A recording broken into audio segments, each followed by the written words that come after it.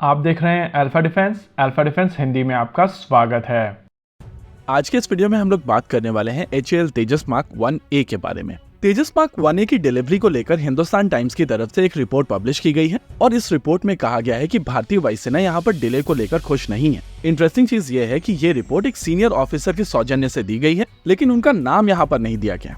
मेरा यहाँ पर एक बेसिक क्वेश्चन है कि अगर आप यूजर हैं और आप इस प्रोडक्ट के लिए पे कर रहे हैं तो यहाँ पर सोर्स बनकर बातचीत क्यों की जा रही है, वो भी अननेम्ड सोर्स। आप यहाँ पर एक प्रॉपर प्रेस कॉन्फ्रेंस कर सकते हैं जहाँ पर पब्लिकली आप ये चीज पूछ सकते हैं। और जिस ऑर्गेनाइजेशन के बारे में हम लोग यहाँ पर बात कर रहे हैं वो एक स्टेट ओन्ड ऑर्गेनाइजेशन है, उनको अकाउंटेबल होना चाहिए और आप अकाउंटेबिलिटी पूछ सकते हैं। देखिए, इस पूरी रिपोर्ट में IAF unhappy, possible risk of delay और हॉट बटन जैसे भारी भरकम वर्ड्स का प्रयोग किया गया है, और वो भी HAL के कॉन्टेक्स्ट में। लेकिन इशू वही है कि घूम फिर के बात उस अननेम्ड सोर्स के ऊपर आ जाती है जो एक सीनियर ऑफिसर है पर अपना नाम नहीं बताना चाहता। इसी रिपोर्ट में सारा कुछ बोलने के बाद में नीचे एक छोटा सा पैराग्राफ है जहां पर एक्चुअल सिचुएशन को एक्सप्लेन किया गया है, और ये सिचुएशन बनी है LCA तेजस मार्क 1A में यूज होने वाले इंजन्स को लेकर। ये इंजन्स GE F404 इंजन्स हैं जो यूनाइटेड स्टेट्स ऑफ अमेरिका की कंपनी GE द्वारा बनाए जाते हैं। लेकिन इन इंजन्स का प्रोडक्शन बंद हो चुका था और GE की तरफ से इनका प्रोडक्शन शुरू करने की कोशिशें की गई।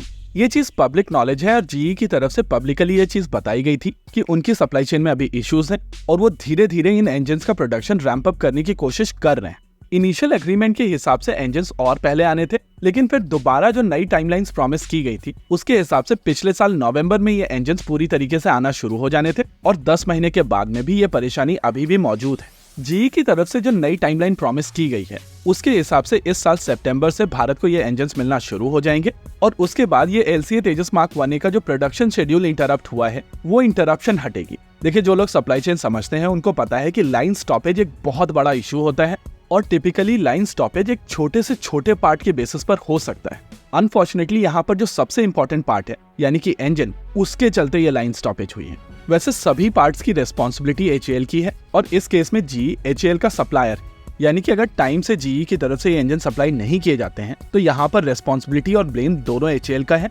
और इसी वजह से जरूरी था कि HAL के पास में यहाँ पर एक कंटीजेंसी प्लान होना चाहिए था, और उस प्लान के तहत अगर GE की तरफ से ये इंजन सप्लाई नहीं किए जा सकते हैं तो उनके पास एक बैकअप प्लान होना चाहिए था जहां पर दूसरे अल्टरनेटिव सोर्स जैसे कि साफ्रान, रोल्स रॉयस या फिर रशियन यूनाइटेड इंजन कॉर्पोरेशन के साथ में मिलकर एक बैकअप प्लान क्रिएट किया जाना चाहिए था। अनफॉर्चुनेटली GE के साथ में जो डील हुई है वो गवर्नमेंट टू गवर्नमेंट डील हुई है, और ये फॉरेन मिलिट्री सेल्स के तहत हुई है, यानी कि ये काफी हाई प्रोफाइल डील है, और नेचुरली यहाँ पर HAL का बहुत ज्यादा से नहीं है। यहाँ पर डिसीजन गवर्नमेंट लेवल पर काफी ऊपर लिए जाते हैं, और यही कारण है कि ये जो सो कॉल्ड सोर्स हैं वो अपना नाम लेकर चीजों को नहीं कह पा रहे हैं।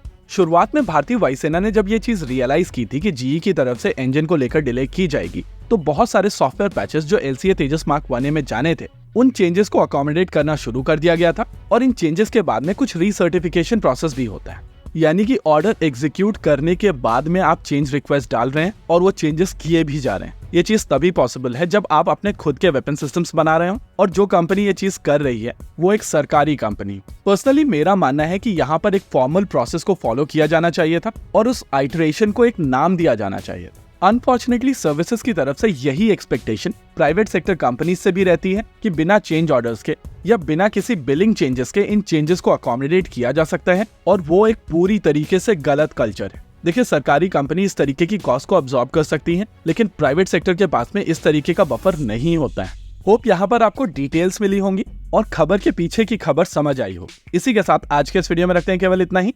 वीडियो को अंत तक देखने के लिए धन्यवाद। देखते रहिए अल्फा डिफेंस। जय हिंद।